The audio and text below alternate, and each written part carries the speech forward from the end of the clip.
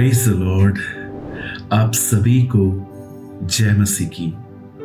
I hope आप सब अच्छे होंगे और परमेश्वर के अनुग्रह से आप प्रभु में बढ़ रहे होंगे। आज का वर्ड बहुत ब्यूटीफुल वर्ड है। मैं बिलीव करता हूँ ये वर्ड आपको बहुत आशीष देगा। लेकिन इससे पहले कि मैं आज के वचन में आपको आगे ले जाऊं, मैं आप में से हर एक को बताना चाहता हूँ, ऐसे बहुत सारे सवाल होते हैं हमारे। बाइबल कैसे पढूं, प्रेयर कैसे करूं, कैसे मैं बपतिस्मा के लिए तैयार हो जाऊं, पवित्र आत्मा का बपतिस्मा क्या है, प्रभु बोझ क्या है, एक राइट लीडर क्या है, चर्च क्या है। बहुत सारे सवाल हमारे हो सकते हैं। और ये जो चैनल है जिसका नाम है बेसिक टीचिंग्स, इसमें ये सारे सवालों के जवाब हैं। आप चाहें तो आप इन वीडियोस को देख सकते हैं। मैं आपके सामने एक वर्ड रख रहा हूं और ये जो वर्ड है ये कोलोसियंस की किताब में है, पहला अध्याय, और मैं आपके लिए पढ़ता हूं 18 वचन। वही देह अर्थात कलीसिया का सर है, वही आदि और मरे हुओं में से जी उठने में पहलोठा है कि सब बातों में वही प्रधान ठहरे। हम यहाँ पढ़ते हैं कि यीशु मसीह जब मुर्दों में से जिंदा हुए, उसके कुछ समय के बाद पॉल यहाँ पर एक बहुत खूबसूरत बात लिखता है। वो कहता है कि यीशु मुर्दों में से जी उठने में सबसे पहला है, पहलोठा है। पहलोठे का मतलब पहला, फर्स्ट। अगर आप एक पिता हैं और आपका एक बेटा है और कोई आपसे पूछता है कि आप ये कौन है, तो आप कहेंगे मेरा इकलौता बेटा है, एक ही बेटा है। लेकिन कुछ समय के बाद अगर आपको एक दूसरी संतान होती है, तब आप ये नहीं कहेंगे कि ये इकलौता है, तब आप कहेंगे ये पहला है, ये बड़ा है। बाइबल ऐसे को पहलोठा कहती है।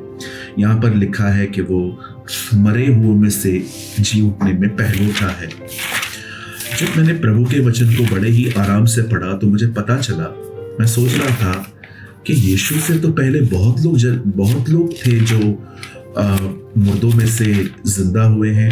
अब मैं आपके सामने एक लिस्ट रख रहा हूं।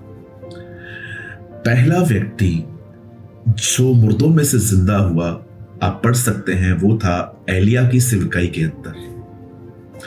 उसके बाद एलीशा की सेवकाई के अंदर 2 लोग जिंदा हुए। एक शुन्मेन का बेटा था और दूसरा जब एलीशा मर गया और उसको कब्र में रखा गया, और उसके बाद एक लड़का मरा और वो उसके कब्र के ऊपर रखा गया और वो लड़का मुर्दों में से जिंदा हो गया। ओके, ये कुछ 1 और 3 केसेस हो गए। और उसके बाद हम पढ़ते हैं कि यीशु मसीह जब खुद मुर्दों में से जिंदा हुआ तो लिखा है बहुत से लोग कब्रों से बाहर आए। ये भी हुआ। लाजर भी जी उठा, और उसके बाद याईर की बेटी जी उठी।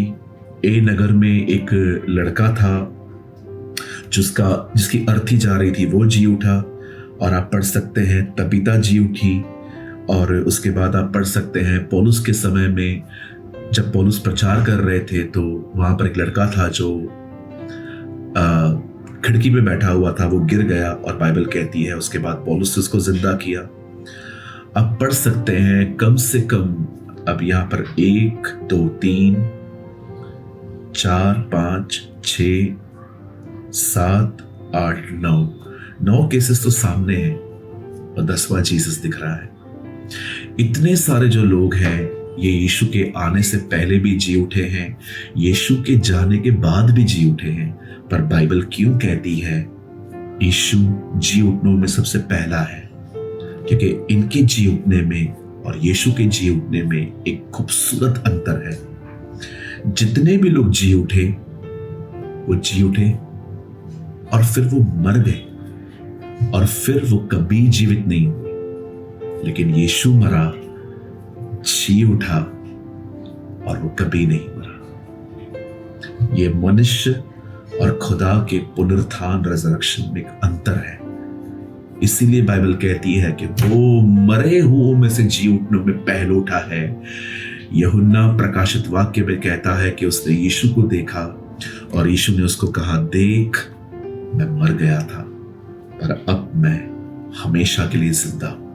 मैं आप में से हर एक को रिजरेक्शन डे का सिर्फ मैसेज नहीं देना चाहता, लेकिन मैं आप में से हर एक को एक बात कहना चाहता हूं। जब भी आपको चिंता हो, जब भी आपको टेंशन हो, जब भी आपको भविष्य की बहुत सारी बातें सताएं, मैं आपको एक सलाह देता हूं, कभी न भूलें आपका खुदा जिंदा है, वो जीवित है, वो आपसे प्यार करता है, उसने आपको छोड़ा नहीं है। मैं जानता हूं आपके कुछ लोगों के आंखों में आंसू होंगे, लेकिन मैं आपको कहना चाहता हूं वो जी उठा है, वो आपके साथ है। पूरा प्रेरितों के काम एक ही बात से भरा पड़ा है। लोग ये नहीं कह रहे थे सिर्फ हम उसके मरने के गवाह हैं, हमने देखा कि वो मरा है। सभी कह रहे थे हम उसके जी उठने के गवाह हैं, हमने उसे देखा है कि वो जिंदा हुआ है। 500 से भी अधिक लोगों ने उसे जीवित होने के बाद देखा, पौलुस कहता है। सो मेरे भाइयों, मेरी बहनों, आज मैं आपको ये संदेश देना चाहता हूं कि आपका खुदा जिंदा है, वो आपके साथ है, वो आपसे प्यार करता है।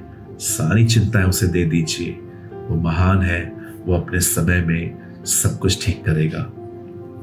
अगर आपकी कोई प्रेयर रिक्वेस्ट है, इस समय आपके सामने 2 नंबर्स हैं, भाई और बहनों के लिए अलग अलग हैं।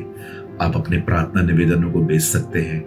यदि आप आज के आर्टिकल को चाहते हैं तो ये दूसरा नंबर है, यहां पर जाके सिर्फ इतना लिखिए, यीशु जीवित है, और मैं आपको एक आर्टिकल भेजूंगा, एडमिन आपको भेज देंगे, उसे पढ़ के आपको और भी उत्साह मिलेगा।